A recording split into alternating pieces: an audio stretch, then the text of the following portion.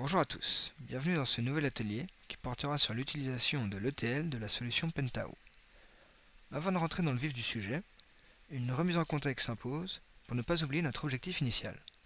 Notre but est d'avoir à disposition une structure de données qui permette la réalisation d'analyses poussées et la création de rapports BI pour répondre à des questions pertinentes. Par exemple, comment optimiser mon stock. Cette structure de données, nous l'avons construite dans la précédente leçon en créant le datamart vente datamart. Mais il se trouve que pour l'instant, ce datamart est vide. Nous allons donc devoir récupérer les informations intéressantes de la base traditionnelle B2B Logistics pour les insérer dans notre datamart. Cette récupération va se faire sur une base journalière et il pourra bien y avoir certains tris à réaliser dans le processus d'insertion. Comment automatiser alors tout ce process? Eh bien, nous allons tout simplement utiliser l'outil ETL PDI ou Pentao Data Integration que nous avons étudié dans la précédente leçon. Nous allons vous guider pas à pas pour que vous puissiez réaliser de A à Z votre premier job sur PDI, donc ne vous inquiétez pas, c'est assez simple et ça vous entraînera pour créer des jobs plus complexes à l'avenir.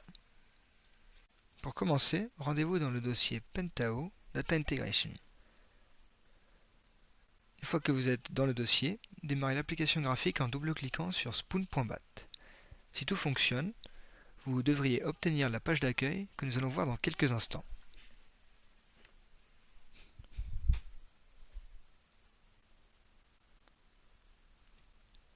Voilà, cette page. Pour pouvoir stocker l'ensemble de nos steps et nos transformations, nous allons avoir besoin d'un job, ou d'une tâche dans la version française. Pour le créer, allez dans le menu Fichier, Nouveau, Tâche. Voilà, maintenant que nous avons une tâche, nous allons devoir configurer la connexion avec nos bases de données, B2B Logistique et Vendatamart. Pour ce faire, faites Fichier, Nouveau, Connexion BDD. Commençons par la base de données B2B Logistics. N'hésitez pas à mettre la vidéo en pause pour tout noter. Une fois que vous avez tout écrit, cliquez sur Tester. Parfait, c'est fonctionnel. Et la configuration apparaît bien dans le menu Navigateur Connexion. Elle est bien reliée à notre tâche. Nous devons faire de même avec Vendatamart. Faites Fichier, Nouveau, Connexion BDD et entrez les informations de Vendatamart.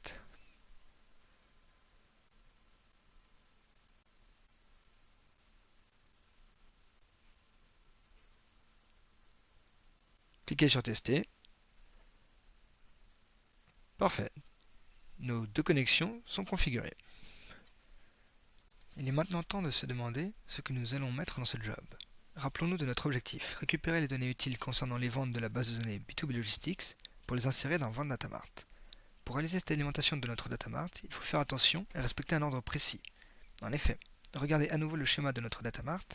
Peut-on à votre avis commencer par alimenter la table de faits pour ensuite alimenter les différentes dimensions? Eh bien non, c'est impossible. Pourquoi? Tout simplement parce qu'il serait alors impossible de récupérer les clés primaires dans l'ensemble des tables de dimensions, vu qu'elles n'ont pas encore été remplies.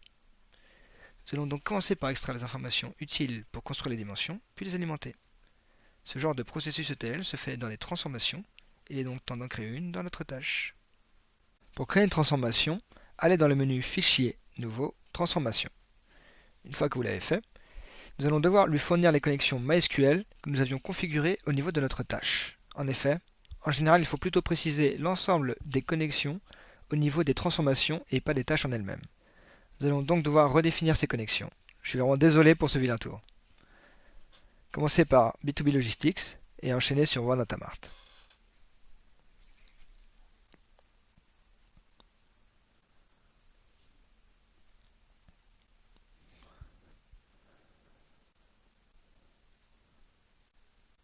Parfait. Bon, cette fois-ci, on va pouvoir commencer.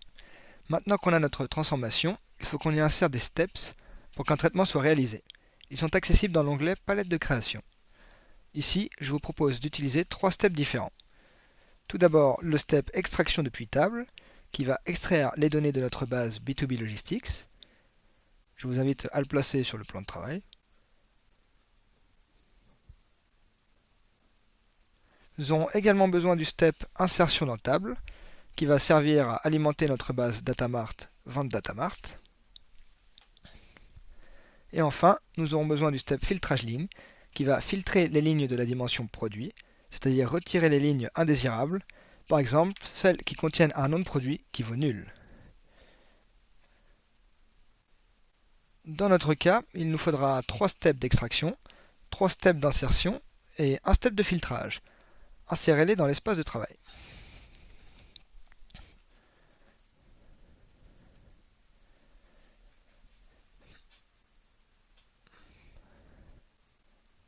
Maintenant que nous avons les steps nécessaires, passons à la configuration. Commençons par les steps d'extraction. Lorsque vous double-cliquez sur un de ces steps, vous voyez qu'il est possible d'entrer une requête SQL qui va sélectionner les données dont nous avons besoin.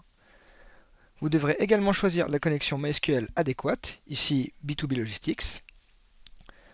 Nous allons commencer par créer une requête qui va extraire les produits. N'hésitez pas à mettre la vidéo en pause pour la copier. Elle fonctionne, comme nous pouvons le voir dans le menu prévisualisation. Parfait.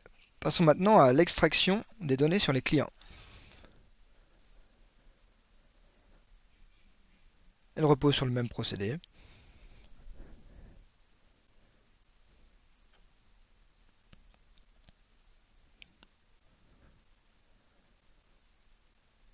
Et enfin, une dernière pour extraire les données temporelles pour créer la dimension temps.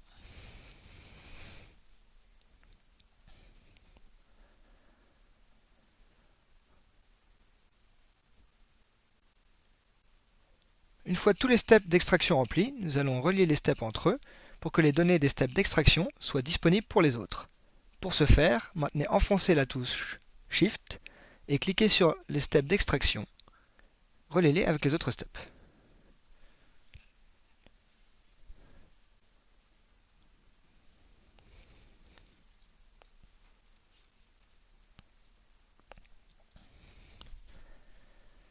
Vous devez ensuite configurer le step filtrage ligne, double-cliquez dessus pour accéder au menu de configuration. Vous voyez qu'il faut configurer une condition pour ce step. Dans notre exemple, on veut récupérer les produits qui ne contiennent pas nul dans leur nom. Voici une solution potentielle.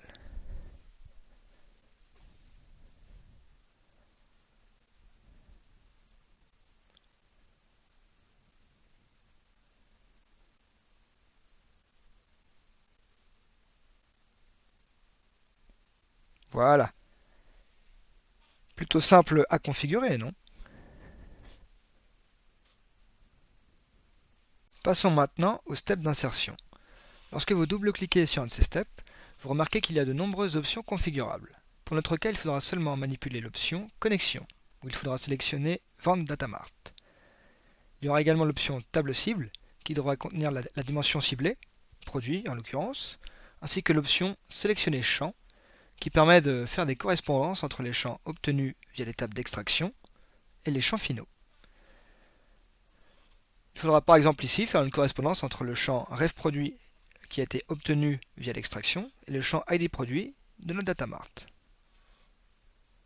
Configurons l'ensemble des champs. Les voici pour la dimension produit. Nous allons faire de même pour les autres dimensions.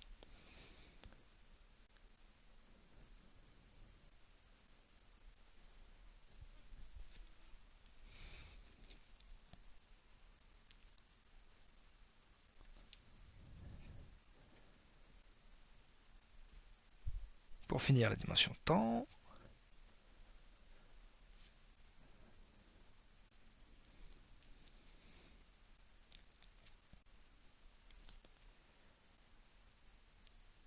Et voilà, votre première transformation est terminée. Il ne vous reste plus qu'à la sauvegarder. Pour ce faire, rien de plus simple, allez dans le menu Fichier, Enregistrer sous et sauvegardez-la dans le dossier de votre choix.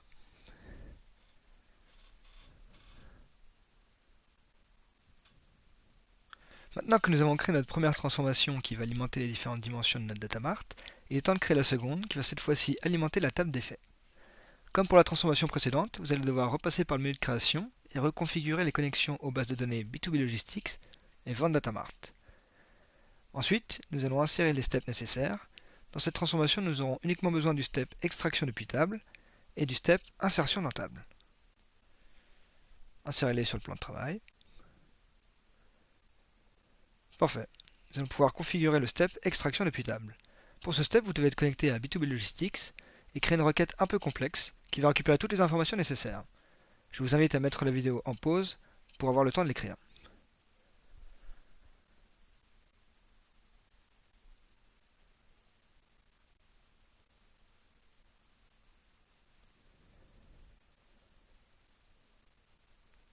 Reliez maintenant les deux steps ensemble et passons à la configuration du step insertion. Ici, vous devez être connecté à Vente Datamart avec comme table cible vente. Voici les champs que vous devez configurer, principalement les ID et les mesures. Vous devriez obtenir cette transformation, il ne reste plus qu'à la sauvegarder.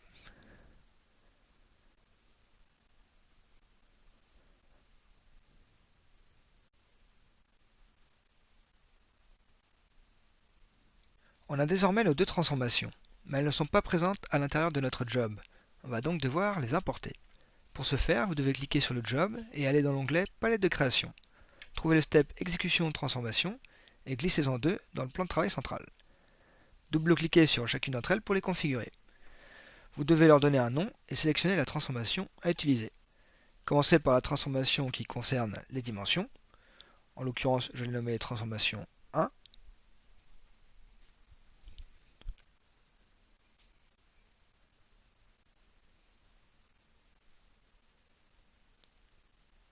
Et faites de même pour la deuxième tâche, cette fois-ci en indiquant le chemin de la transformation sur la table d'effet, que j'ai nommée transformation 2.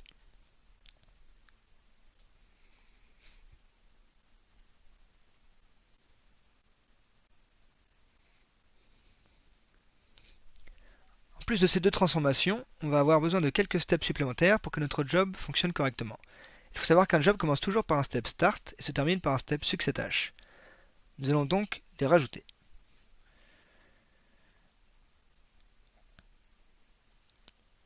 Il nous faut encore un dernier step pour achever ce job, car un problème va se poser lorsqu'on voudra remplir le datamart alors qu'il contient déjà des données. On pourra avoir des doublons. Pour éviter ce problème, plusieurs méthodes existent, notamment l'utilisation de dimensions à variation lente, qui permettent de mettre à jour les données sans les supprimer, mais c'est un peu complexe donc je vous invite à vous renseigner par vous-même. Dans notre cas, nous allons tout simplement intégrer un step qui va exécuter un script SQL, dont le rôle sera de supprimer le contenu de toutes les tables du datamart.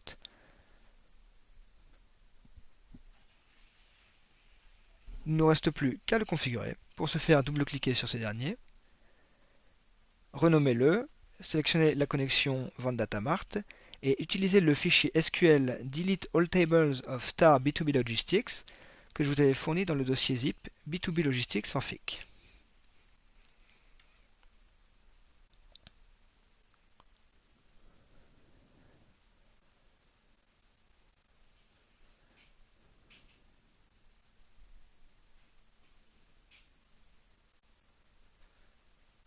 Maintenant que tous les steps ont été configurés, vous pouvez les relier entre eux.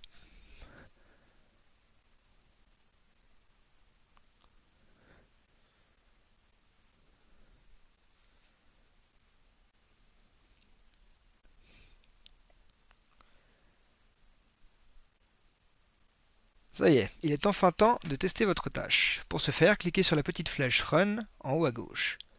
Si tout se passe bien, les steps devraient s'afficher avec un petit symbole V en vert.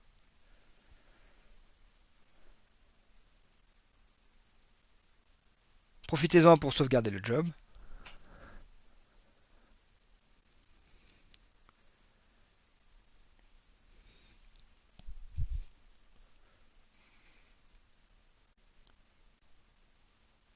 Parfait, tout semble fonctionnel. Pour s'assurer de votre réussite, je vous propose de faire une requête sur votre table vente du datamart vente datamart.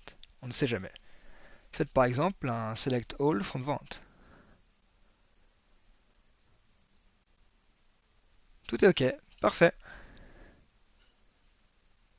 Et voilà, ça vous suffit? Comment ça, j'ai oublié de définir une planification? Oups, bien vu, vous avez raison. Bon, reprenons nos esprits. Nous nous étions dit que ça pouvait être intéressant d'avoir une mise à jour journalière, par exemple à 22 heures quand il n'y a plus grand monde au travail. Pour ce faire, nous allons utiliser le script kitchen.bat de PDI, qui permet de démarrer l'exécution d'une tâche via une ligne de commande ou un autre script.bat. Il ne vous reste alors plus qu'à programmer son exécution avec le planificateur de tâches Windows, par exemple. Commençons par créer ce script.bat. Il sera tout simple, il va uniquement contenir la commande cd pour se déplacer dans le répertoire où Kitchen est disponible, et la commande kitchen permettant d'exécuter notre tâche.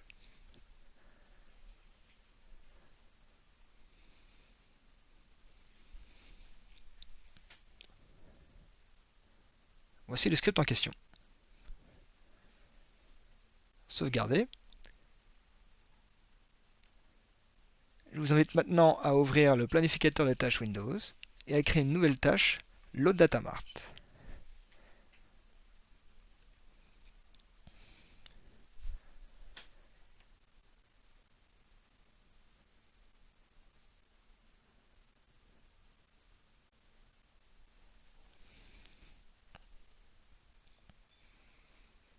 Suivez ensuite les étapes.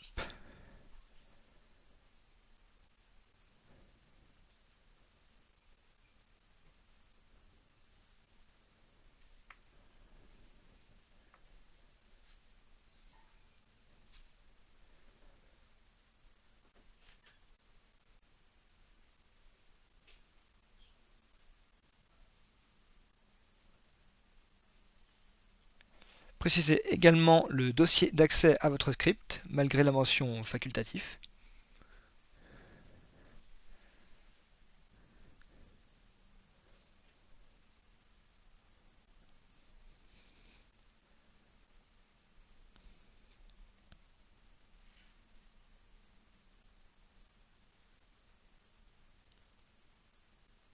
Parfait, votre job est bien planifié.